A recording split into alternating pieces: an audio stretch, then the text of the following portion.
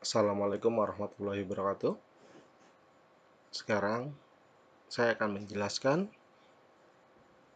beberapa cara kerja pada ujian praktikum IPA yang akan kalian laksanakan.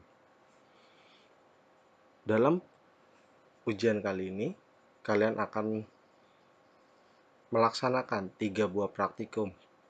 Di antaranya adalah yang pertama itu adalah bandul sederhana. Untuk persiapan, kalian harus mencari teori. Yang pertama itu adalah cara menghitung getaran. Ya, jadi yang pertama kali kalian harus menghitung satu getaran. Bagaimana menentukan satu getaran pada bandul sederhana? Nah, gambarnya adalah seperti ini pada bandul sederhana. Setelah itu, kalian harus mencari bagaimana menghitung periode atau frekuensi getaran dari bandul yang kalian buat. Yang ketiga, kalian harus menentukan pengaruh panjang tali terhadap periode atau frekuensi getaran. Alat dan bahan yang akan kalian butuhkan yang pertama itu adalah tali kasur. Ini tali kasur. Selanjutnya itu adalah penggaris dengan panjang 30 cm. Kemudian busur derajat, beban sebanyak 3 buah. Nah, beban ini bebas, kalian bisa pakai apapun yang ada di sekitar kalian. Contohnya barang-barang, misalnya kalian punya mainan mobil-mobilan atau apapun itu, sebanyak 3 buah. Dan 3 buah ini adalah barang-barang yang berbeda. Selanjutnya yaitu stopwatch. Stopwatch contohnya seperti ini. Jika kalian tidak punya seperti ini, maka kalian dapat gunakan stopwatch di handphone kalian. Karena di handphone rata-rata sudah ada fitur stopwatch. Teori yang pertama tadi saya katakan untuk menghitung satu getaran. Untuk menghitung satu getaran, kita lihat di sini. B adalah posisi normal. Di sini pada B ini adalah posisi normal. Ya, saya kasih normal. Lalu kalian berikan simpangan. Simpangan itu kalian bebas, mau kalian beri simpangan dari B ke C atau dari B ke A, itu bebas. Nah, nanti berapa besar simpangan ini? Nah, ini kalian tentukan sudutnya. Ya, berdasarkan sudut yang kalian berikan. Nah, setelah sudut yang kalian berikan, ketika kalian sudah renggangkan antara A atau C, maka jika dilepas, dia akan bergerak bolak-balik. Ya, nah, di mana satu getaran itu adalah gerak bolak-balik. Bolak-balik. Ya, di sini kalian harus tahu satu getaran itu bolak-balik. Misalnya, jika kalian mengayun berdasar kalian pertama dari A, ya, jika benda kalian dari A, maka dari A ketika kalian lepas, maka dia akan bergerak ke B, dia akan bergerak ke C. Syaratnya harus bolak-balik. Maka setelah C dia harus ke B lagi dan akan kembali ke A. Nah, maka ini dinamakan satu getaran. Ya. Lalu kalau misalnya saya ingin menggerakkan ke arah C untuk pertama kali, bagaimana? Silahkan dari C, dia akan bergerak ke titik B, dia akan bergerak ke titik A, kemudian kembali ke titik B, dan akan berakhir di titik C. Ini adalah satu getaran. Nah, nanti pada percobaan yang akan kalian lakukan, kalian akan diminta untuk menghitung beberapa kali getaran dengan waktu yang dibutuhkan. Ya, sehingga kalian harus memahami dulu bagaimana cara menghitung satu getaran.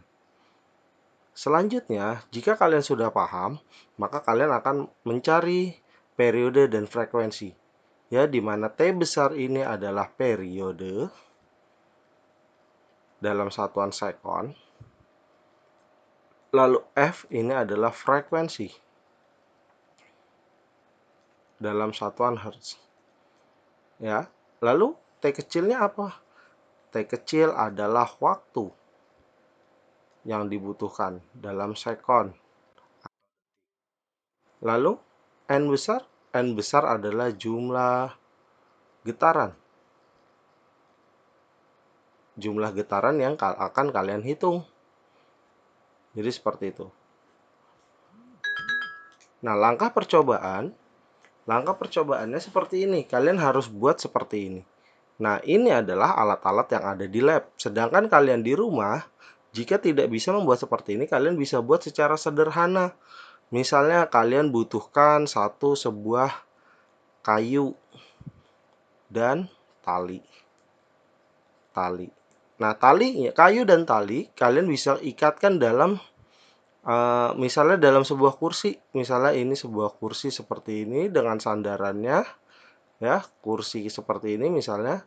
Kalian ambil kayu, ini kayunya seperti ini, dan ini kalian ikat dengan tali, ya, seperti itu. Nah, nanti benang yang sudah kalian siapkan tadi dipotong sesuai dengan jumlah yang dibutuhkan. Jadi setelah ini kayunya kalian ikatkan, maka kalian akan potong si talinya itu. Nah, kemudian kalian berikan beban dan kalian bisa gunakan seperti ini. Jika sudah cukup jelas, nanti setelahnya kalian harus baca langkah percobaan yang ada di lembar kerja. Percobaan yang kedua itu adalah tentang tekanan hidrostatis. Tekanan hidrostatis adalah tekanan pada air yang diam. Untuk persiapan teori, kalian harus memahami dulu konsep tekanan hidrostatisnya seperti apa. Kalian bisa baca-baca di buku atau di internet. Kemudian rumus tekanan hidrostatis dan cara perhitungan tekanan hidrostatis. Ya, ini adalah sedikit gambar sederhananya, itu seperti ini yang akan kalian praktikan. Alat dan bahan, kalian butuh 3 buah botol air mineral dengan ukuran 1500 ml atau botol air mineral yang besar.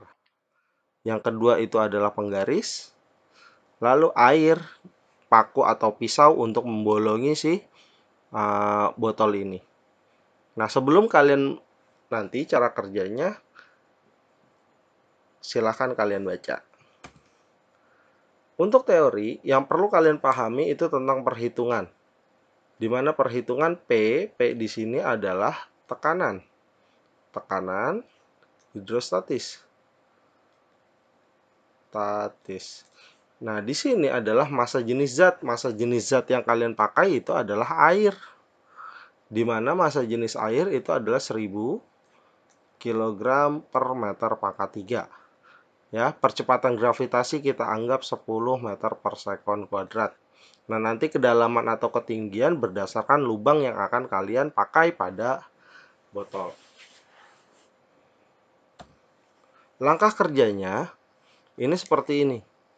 Kalian nanti itu akan membutuhkan 3 buah botol. Ya, dimana nanti masing-masing botol kalian potong. Ya, misalnya botol masih dalam bentuk seperti ini, masih ada tutupnya. Ya, ini akan kalian isi air. Ya, yang kemudian di masing-masing botol itu sudah ada lubang. Ini diberi lubang untuk botol 1. Ya, untuk botol 2 juga seperti itu.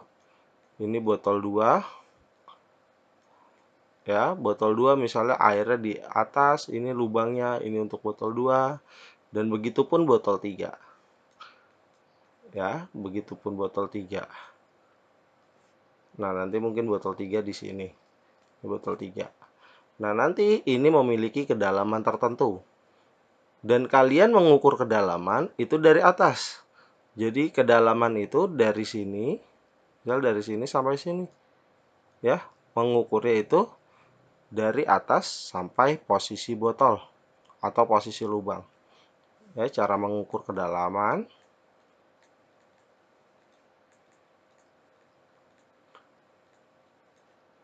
dari atas atau posisi air yang ada di atas, ya. Posisi air yang di atas misalnya gimana? Posisi air misalnya kalian isi sampai sini. Maka botol sini, maka dari sini sampai sini. Ini adalah kedalaman. Ya, jadi seperti itu ya, kalian harus ukurnya dari posisi atas air sampai posisi si lubang yang kalian buat. Nah, lubang yang kalian buat itu akan tercantum pada lembar kerja kalian. Jadi, sebelum memulai praktikum silahkan dibaca terlebih dahulu ya lembar kerja yang sudah disiapkan. Untuk selanjutnya kalian akan praktik uji makanan. Di mana persiapannya yang pertama itu teori, yaitu konsep percobaan uji makanan. Yang kedua, perubahan warna proses pada uji makanan dan kandungan yang terdapat pada makanan yang diuji berdasarkan perubahan warna yang terjadi. Contohnya seperti ini, ya. Contoh. Nah, bahan yang kalian butuhkan adalah yang pertama piring kecil, sendok, ulekan, betadin, air, roti, tahu, pisang, kentang, terigu, gula pasir, dan margarin. Dan jangan lupa bahan utama kalian adalah betadin. Ini ya yang harus kalian siapkan. Nggak usah banyak-banyak, hanya yang kecil aja cukup. Ya, cukup yang kecil saja, tidak perlu kalian beli yang besar. Dan untuk bahan-bahan ini kalian tidak butuh banyak. Kalian hanya butuh semua bahan ini, kalian hanya butuh sebanyak 1 sendok saja. Ya, jadi kalau misalnya nanti ada teman kalian yang dekat atau tetangga, kalian tinggal berbagi saja.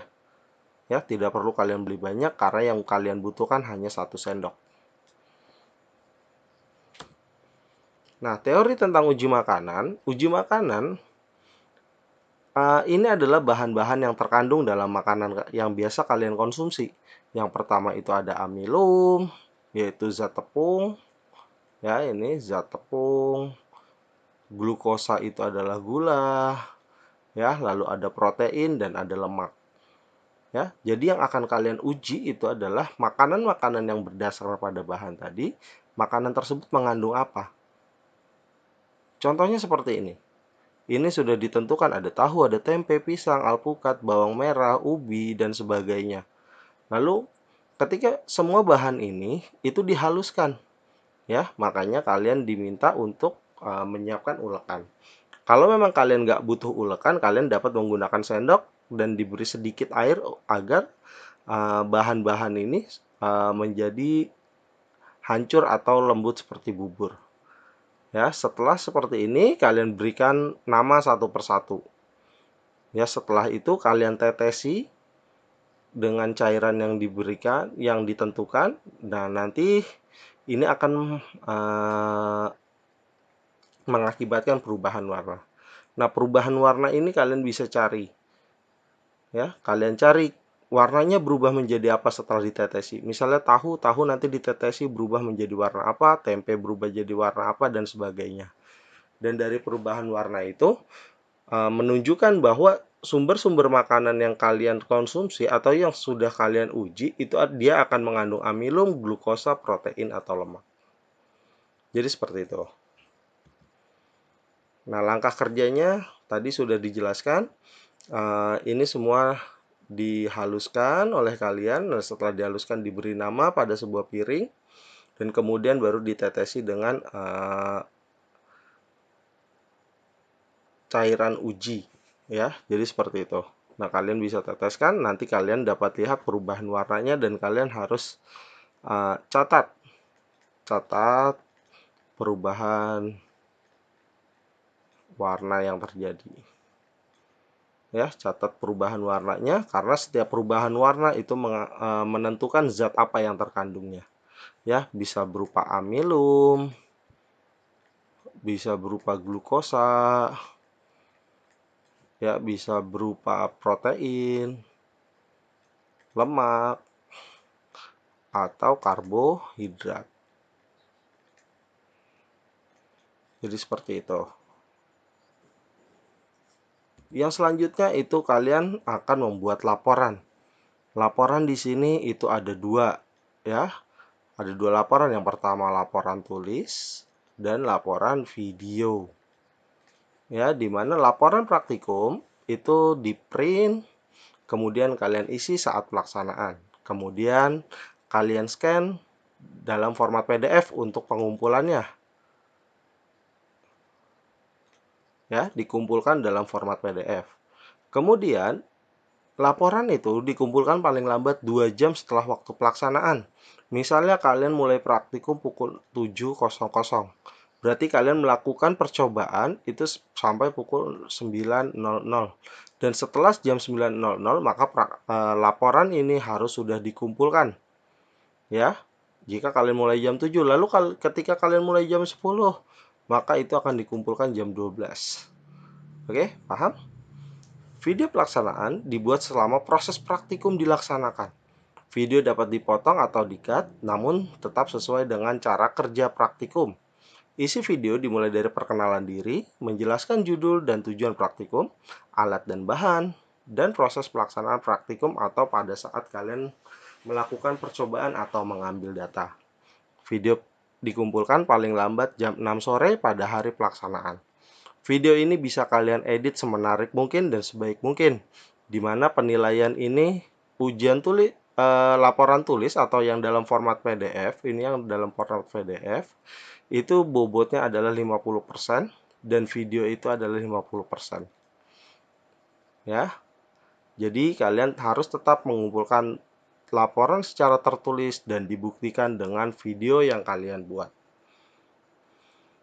Mungkin sekian saja panduan praktikum IPA. Jika kalian kurang paham atau ada yang ingin ditanyakan, silahkan hubungi saya langsung baik dalam WA atau telepon. Terima kasih.